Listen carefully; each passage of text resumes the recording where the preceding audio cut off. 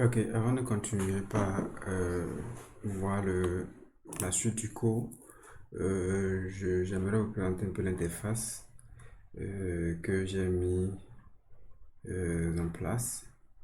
C'est-à-dire que j'ai partagé l'écran en deux parties. À ce niveau, nous avons l'éditeur de code qui est ouvert. C'est à ce niveau que nous allons écrire le code. Et sur le côté droit, j'ai le navigateur qui est ouvert ici. Donc, je vais actualiser de temps en temps cette page-là pour qu'on puisse voir le résultat qui est affiché. Donc ici actuellement, si j'écris un code ici, je peux écrire euh, un contenu, j'enregistre et quand je viens ici, j'actualise. Comme ça, on voit en même temps le code qui est écrit avec son résultat ici. Voilà, donc on avait déjà vu l'architecture minimale dans la vidéo précédente. Donc on va continuer par voir comment on peut construire l'interface utilisateur, c'est-à-dire ce qui est visible dans la page web, dans le navigateur, à partir du HTML. Donc on l'avait dit que le HTML va nous permettre de créer tous ces composants-là, bon, pas seulement le HTML, il y a aussi le CSS et puis le JavaScript, mais dans cette vidéo, on va se focaliser sur le HTML pour voir ce qu'on peut construire exactement avec ce langage-là. Donc principalement, le HTML va nous permettre de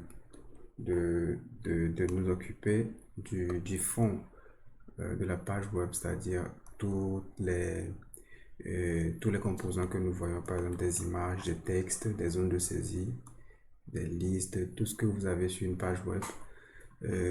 Tous ces éléments ont été construits avec du HTML. Donc on va essayer de voir à notre niveau ici comment est-ce qu'on peut commencer par construire ces éléments-là. Voilà. Je vais aller sur Google d'abord. Quand je tape Google ici, j'ai déjà la page web de Google. On a plein d'informations. On a un bouton, du texte, des liens, une image ici. On peut faire une saisie ici. Donc, à ce niveau, Google a utilisé le langage HTML pour pouvoir construire tous ces éléments-là. Donc, on va essayer de voir à notre niveau aussi comment construire ces différents éléments de HTML. Ok, donc on va aller rapidement dans cette vidéo. S'il y a quelque chose que vous ne comprenez pas, vous pouvez toujours poser des questions par mail. Vous pouvez m'envoyer un mail sur l'adresse suivante, cette adresse gmail.com. Donc, vous pouvez m'écrire directement sur ce mail et puis je vais essayer de répondre le plus tôt possible. Maintenant, si vous avez le document de 3HLP avec vous, c'est-à-dire le document du module 1, vous devez déjà avoir une idée de ce que c'est que HTML. Et on en a déjà parlé au niveau de la vidéo précédente. Donc, on va voir en détail tous les composants qu'on peut créer avec. Donc, déjà, tout ce que vous voyez dans le navigateur, quand je reviens sur Google, tout ce qu'on voit dans le navigateur ici a été créé à partir de HTML. Donc, quand on prend ceci, cette image-là, l'image de Google qui est ici, il faut juste connaître la balise qui nous affiche une image.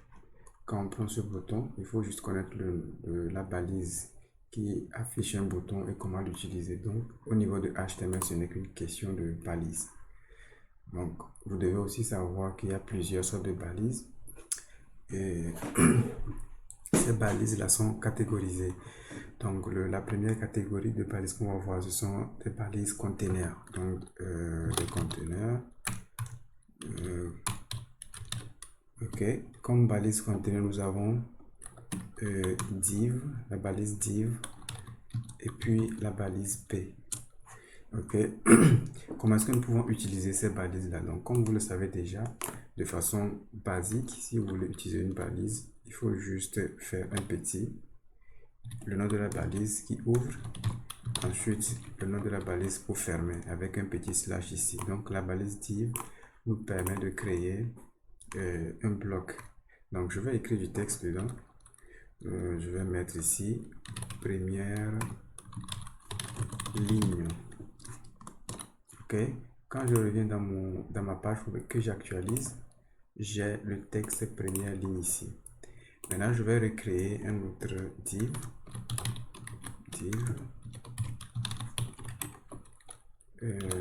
Deuxième ligne. Vous voyez un peu. Donc ici, le div qui est ici, ok, crée un bloc dans lequel on retrouve le texte première ligne.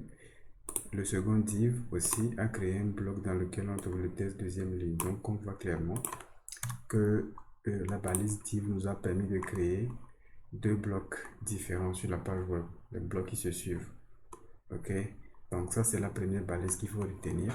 On peut aussi utiliser le div pour afficher du texte comme on vient de le faire, tout comme pour englober d'autres éléments. Ok, donc on va passer au second élément, le P. La balise P, comme le nom l'indique, ça permet de créer un paragraphe. C'est pas très loin des divs aussi, mais vous allez remarquer une petite différence. Quand je fais première ligne ici, j'actualise, il n'y a pas trop de différence, seulement que vous allez remarquer qu'il y a un petit décalage en haut ici. Vous voyez un peu, au niveau de la balise P, ça crée un paragraphe. Donc le paragraphe, ça laisse de l'espace en haut et puis en bas du contenu. Donc je vais recréer encore une autre ligne avec le texte deuxième ligne. Ici, quand j'actualise, vous allez voir qu'il y a encore de l'espace qui est créé en haut et en bas. Donc c'est un peu ça la différence entre le P et le div. Le P crée des blocs beaucoup plus larges, c'est un paragraphe au niveau de P, et au niveau de div, c'est juste un bloc normal. Donc à vous de voir comment est-ce que vous pouvez utiliser ces deux-là selon le besoin de votre application. Voilà, donc à part les balises qui créent des contenus, c'est-à-dire des blocs, on peut aussi utiliser des balises d'entête. Si je mets ici par exemple H1, ok, et je mets titre du body, et le titre de la session H1, et que j'actualise la page, j'ai un peu le texte que je viens de mettre ici à l'intérieur de la balise H1 qui est ici, donc qui s'affiche de façon très simple. Il n'y a pas de, on n'a pas appliqué de design sur ça, mais on voit clairement que le texte qui est mis entre H1 est devenu très noir et puis très gras. Voilà, avec une certaine taille. Donc par défaut, le H1 se comporte comme ceci. Donc ici, le H veut dire head, c'est-à-dire le titre ou bien en tête en anglais. Donc ici, pour créer des en-têtes, on peut utiliser la suite des H 1 jusqu'à H6. Donc ce qui veut dire que je peux utiliser, faire copier-coller H2, H3, H4, H5, là je vais H2, H3, H4, H5, il reste le dernier qui est H6 qu'on peut utiliser aussi.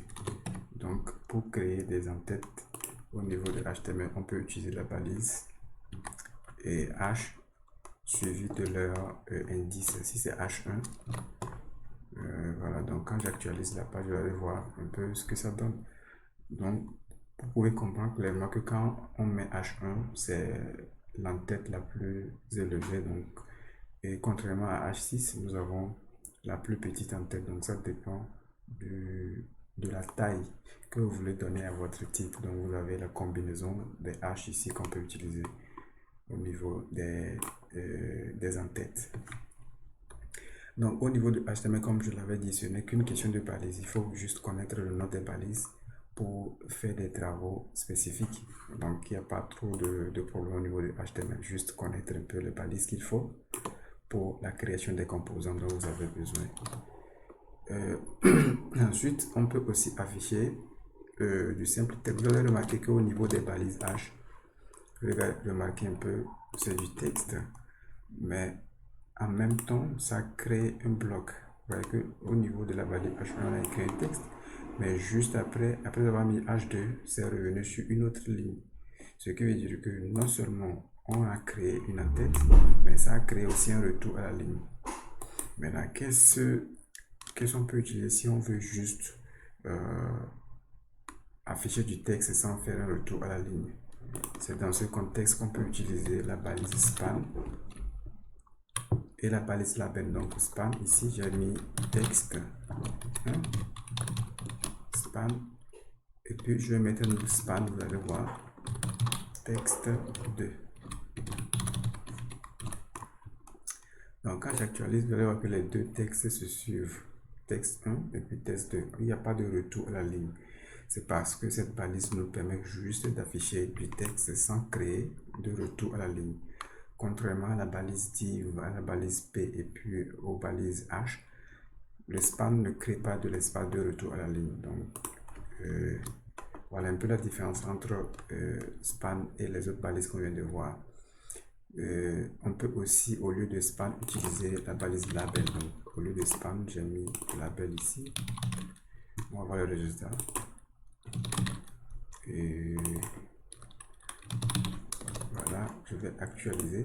Vous voyez qu'il n'y a pas de différence. Je vais juste vous montrer. Ok, quand j'actualise, on va clairement qu'il n'y a pas de différence. La balise label aussi ne crée pas de retour à la ligne. Donc voilà un peu pour afficher juste du texte pour ne pas créer de retour à la ligne. On peut utiliser span ou bien label. Maintenant, quand on va sur Google, on peut retrouver quelque part ici, regardez ce bouton là, on va essayer de voir rapidement comment on peut créer ce bouton. Donc je vais mettre tout simplement la balise bouton et mettre le test connexion dessus. Ok, quand j'actualise, j'ai un petit bouton qui s'affiche ici, on peut cliquer dessus. Mais pour le moment, il n'y a rien qui va se passer parce qu'on n'a rien prévu à cet effet. Donc ici, on peut créer un bouton à partir de la balise bouton ici, qui prend à l'intérieur le texte qui doit s'afficher sur le bouton, comme le cas de Google et Google. Il y a un bouton et puis ils ont mis le texte connexion à l'intérieur. Chez nous, ici, par défaut, le comportement par défaut d'un bouton, c'est comme ceci, au niveau de HTML. Maintenant, pour que ça ressemble à ce bouton-là, il va falloir maintenant faire appel à CSS. C'est ce qu'on va essayer de voir dans la vidéo suivante. Comment est-ce qu'on peut designer les éléments à partir de CSS. Ok, donc pour créer un simple bouton, voilà ce qu'il faut faire. Très simple. Maintenant, regardez toujours sur la page de Google. Ici, quand je clique sur Gmail, je peux être redirigé sur une autre page. Quand je clique, vous voyez que ça tourne un peu et puis ça me redirige vers une autre page ici. Donc ce texte là ici c'est un lien. Déjà quand vous pointez la souris dessus, il y a un petit trait un peu en bas, ce qui veut dire que c'est un lien qui nous redirige vers une autre page. Donc on va essayer de créer un lien et au niveau de notre page web. Supposons que nous avons une seconde page web qui s'appelle connexion. Ok, donc il y a une page que je vais nommer la page connexion.html. Ok, à l'intérieur, je vais mettre l'architecture minimale de la page, le type HTML. Rapidement, bon, pour des raisons de rapidité, je vais juste copier-coller pour ne pas perdre du temps, pour ne pas allonger la vidéo. J'ai l'architecture et ici je vais mettre connexion. Donc ici je vais mettre nous sommes sur la page de connexion. Donc remarquez déjà quelque chose, le second fichier connexion se trouve au même endroit que le fichier index de notre page web. Ok, donc ici le but c'est de créer un lien ici sur lequel on va cliquer pour aller sur la page connexion. Donc pour créer le lien au niveau de HTML, on utilise la balise A qui accepte un attribut href qui prend pour valeur le nom de la page web sur laquelle on veut aller. Donc ici on veut aller sur la page et connexion.html. Je ferme la balise A comme ceci. Et puis à l'intérieur, je vais mettre le texte qui serait visible à l'utilisateur. Je vais mettre ici par exemple connexion. Ok. Maintenant, quand je reviens à la page web, vous voyez un peu que nous avons le texte de connexion qui est déjà souligné par défaut. Ça, c'est le comportement des liens par défaut au niveau de HTML. Donc ici, c'est en bleu et puis c'est souligné. Donc quand je clique dessus, en temps normal, ça va me rediriger vers la page là qui a été spécifiée au niveau de l'attribut href ici. Ok, donc je clique sur connexion pour voir. Vous voyez que ça nous ramène sur la page connexion.html ici. Et on voit clairement le contenu de la page connexion, de ce que nous avions mis. Donc ici sur la page là, je vais créer notre lien pour nous rediriger vers la page index.html. Je vais mettre juste retour à l'accueil ici. Ok, quand je reclique ici, ça me ramène sur la page d'accueil, sur la page index.html. Ouais, quand je reclique ici sur connexion, on est sur la page connexion.html. Quand je reclique, je reviens sur la page index ici. Donc voilà un peu comment est-ce qu'on peut créer des liens pour mettre en relation les pages web de notre application. À part les liens, on va essayer de voir rapidement aussi comment est-ce qu'on peut créer un tableau au niveau de HTML. Comment est-ce qu'on peut créer un tableau? Je vais essayer de vous montrer un exemple de tableau. Il n'y a pas vraiment un exemple ici. Ben, supposons que nous avons une liste d'informations à afficher en ligne et en colonne. Donc je peux créer un tableau à partir de la balise table. Ok. Et un tableau est composé d'une en-tête. Et l'en-tête est spécifiée dans la balise t-head. Ok. T comme tableau et le head comme en-tête. Ça veut dire que l'en-tête du tableau et le corps serait t-body. Donc il y a toujours les deux parties, les deux niveaux là au niveau du tableau. Donc ici nous avons un tableau qui est composé d'une en-tête et puis d'un corps. Maintenant au niveau de l'en-tête nous avons une ligne qui est créée à partir de la balise tr. Pour créer une ligne, il faut utiliser la balise tr de HTML ici. Mais la balise tr ne peut pas s'utiliser en dehors d'un tableau. Même chose au niveau de la balise thead. Donc ici, cette combinaison est toujours utilisée dans le cadre d'un tableau. On ne peut pas utiliser tr en dehors d'un tableau. C'est pas normal. Donc ici, à l'intérieur de ma balise tr, je peux créer maintenant les colonnes. Donc la première colonne ici serait thead. Je vais mettre nom. La seconde colonne serait prénom. Et puis, troisième colonne, je vais mettre âge.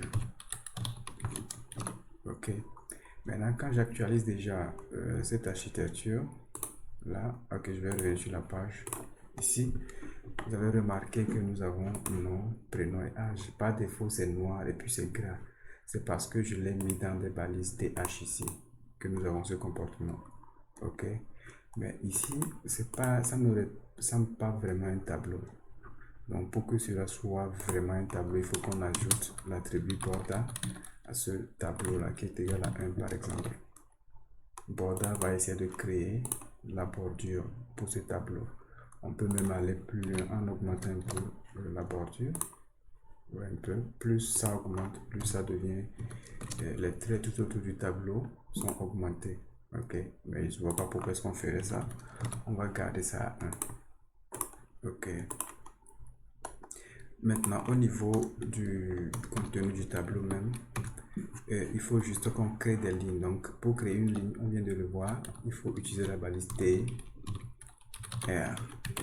Ok, maintenant, les données même du tableau seront créées à partir de TT au niveau de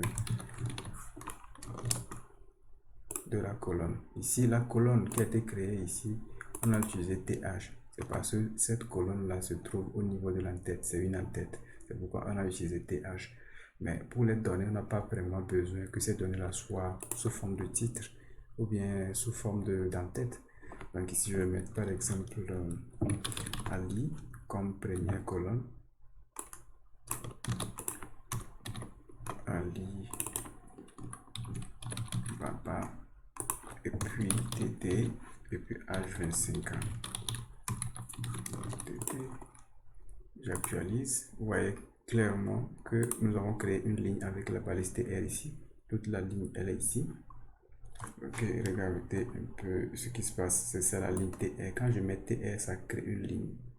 Ok, maintenant à l'intérieur d'une ligne, nous avons les TT. TT, le premier TT renferme Ali ici. Le second TT renferme Baba. Et puis le troisième TT renferme 25. Donc ici, remarquez la différence entre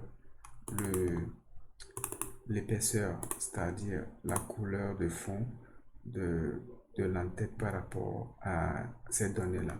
Au niveau de l'entête, c'est un peu noir. C'est parce que nous avons utilisé TH. Mais au niveau des données, on a utilisé TD, donc ça prend une couleur normale. Voilà, on peut dupliquer un peu les lignes pour avoir plusieurs lignes ici. Ok, là, quand j'actualise, j'ai le tableau qui est créé. Voilà comment est-ce que vous pouvez créer un tableau au niveau de HTML très facilement. Voilà, je vais enlever ça. On en a fini avec le tableau. Maintenant, on va essayer de voir rapidement comment on peut créer aussi une liste. Ok, comme liste, je veux dire, vous avez une liste d'informations.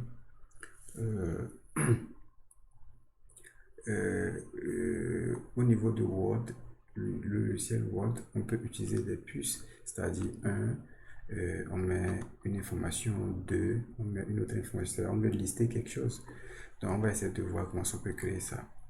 Donc, au niveau de Microsoft Word, nous avons deux types de listes, des listes numérotées et des listes non numérotées. Donc, au niveau des listes numérotées, on peut les créer à partir de la balise OL. Ici, OL. Et puis, chaque élément de la liste est créé à partir de LI. Donc, ici, je vais mettre par exemple HTML, CSS, et puis JavaScript. Voilà. Quand j'actualise, j'ai déjà le résultat que nous avons ici. En haut, ici, je vais mettre par exemple H1, les langages pour le web. Ok. Juste pour vous montrer un peu le contexte dans lequel on peut essayer de créer une liste. Vous voulez lister quelque chose, donc on peut avoir déjà le titre, et puis en bas, on met les informations en utilisant la balise OL ici pour créer une liste ordonnée. Ordonnée parce que nous avons les numérotations 1, 2, 3. Maintenant, si nous voulons créer une liste non ordonnée, on peut, au lieu de OL, utiliser UL et laisser les autres informations intactes. On ne va pas toucher à ceci. Au lieu de liste ordonnée, on veut créer une liste non ordonnée. Donc, quand j'actualise, vous voyez un peu le résultat changer. Donc, c'est parce que ici, je vais utiliser une liste non ordonnée, c'est-à-dire juste des puces ici, sans utiliser les numérotations 1, 2, 3. Voilà un peu rapidement comment on peut créer une liste au niveau de HTML. On va voir aussi comment est-ce que nous pouvons créer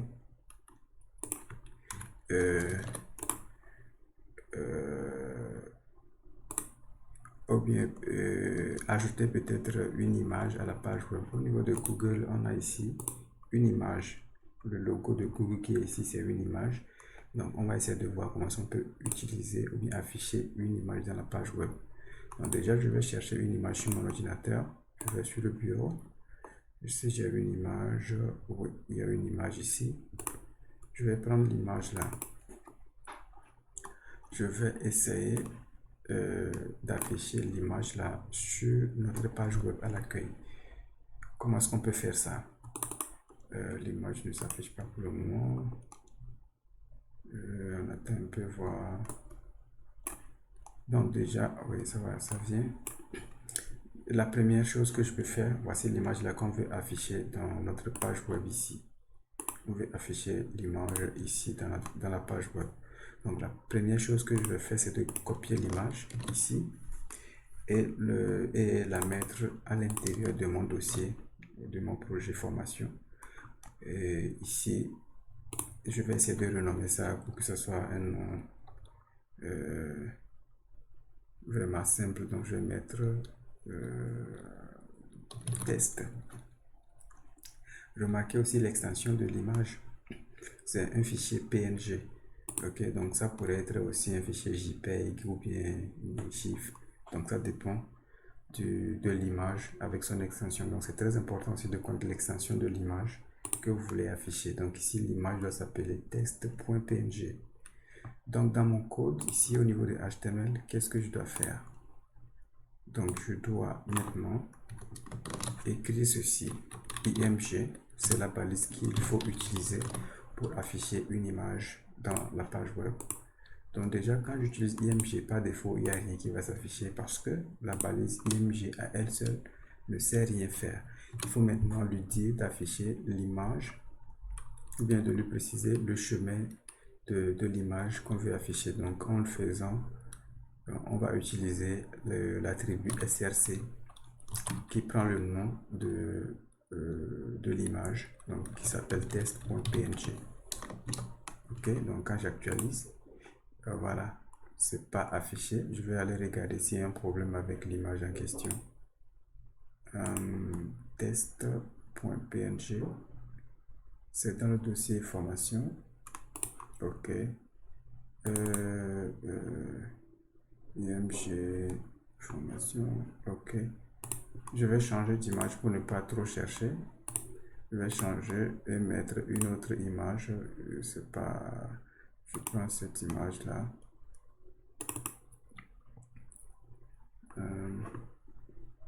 Je vais copier l'image là.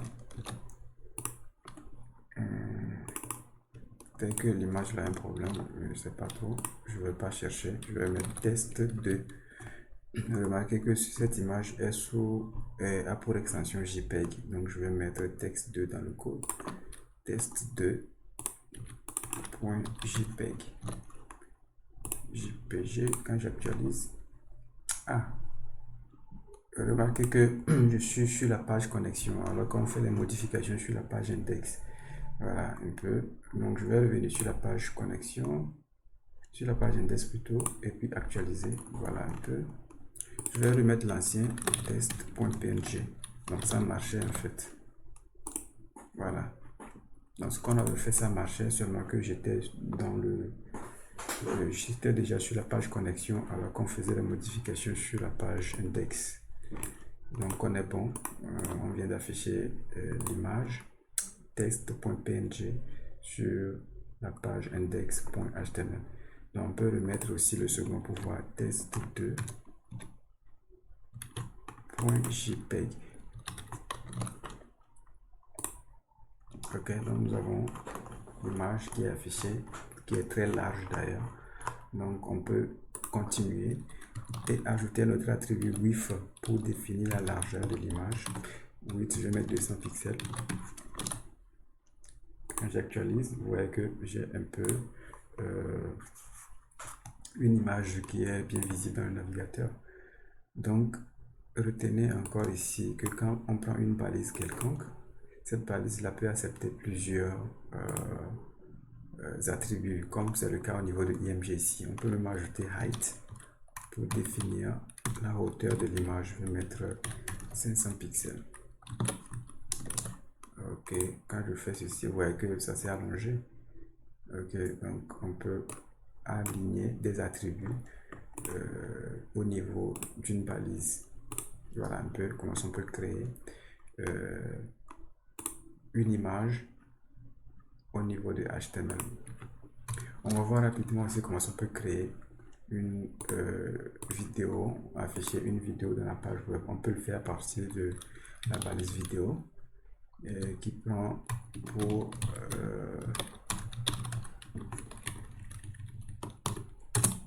qui accepte un attribut SRC qui doit être le nom du fichier vidéo qu'on veut jouer. Donc, je vais aller chercher un fichier vidéo. Je ne sais pas si j'ai un fichier vidéo quelque part ici.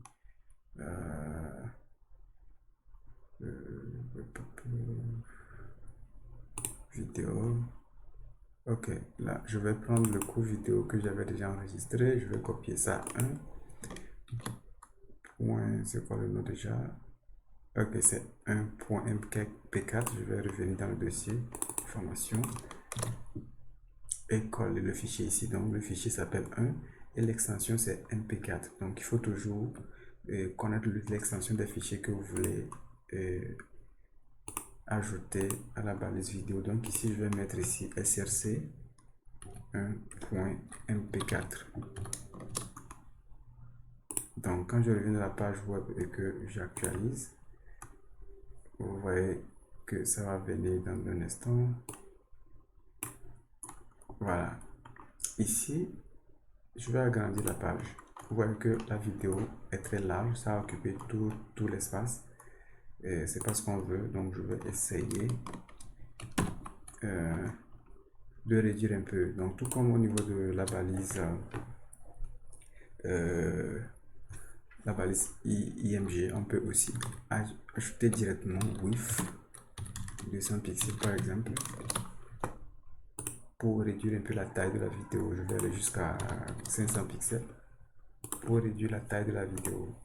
Ok, maintenant on voit la vidéo ici, mais il n'y a rien sur lequel on peut cliquer pour jouer la vidéo. Donc il y a un attribut qu'on peut ajouter qui s'appelle controls. Ok, donc l'attribut controls va faire apparaître les informations, c'est-à-dire les options pour qu'on puisse cliquer sur la vidéo et jouer. Donc regardez un peu ici, nous avons déjà la présence de options fait apparaître déjà cette barre là. On peut cliquer sur jouer la vidéo ou bien réduire le volume. Quand je clique ici, vous voyez que la vidéo est en train de jouer. Je peux même rouler un peu pour voir un peu la vidéo. Je peux même l'agrandir, ainsi de suite. Je peux mettre pause, ainsi de suite. Donc c'est un peu ça au niveau de la balise vidéo. On peut aussi utiliser la balise audio. Ça s'utilise de la même façon que la balise vidéo, seulement que au lieu de MP4, ça va être un fichier MP3, c'est-à-dire un fichier audio. Donc ici, je peux mettre aussi tout simplement audio. Ok, si je mets audio ici, vous voyez un peu. Et ça transforme automatiquement la vidéo sous forme de ok, donc ici, le son joue, mais on ne voit pas l'image parce qu'on n'a pas utilisé une balise vidéo, bien même que c'est un fichier MP4 qui est un fichier vidéo par défaut, mais on peut jouer seulement l'audio avec ça. Voilà un peu ce qu'il faut retenir au niveau du HTML de façon basique. Donc on ne va pas trop allonger cette vidéo là, on va l'arrêter ici et puis continuer par voir les informations de les composants d'un formulaire, comment on peut créer ces composants là dans la seconde vidéo.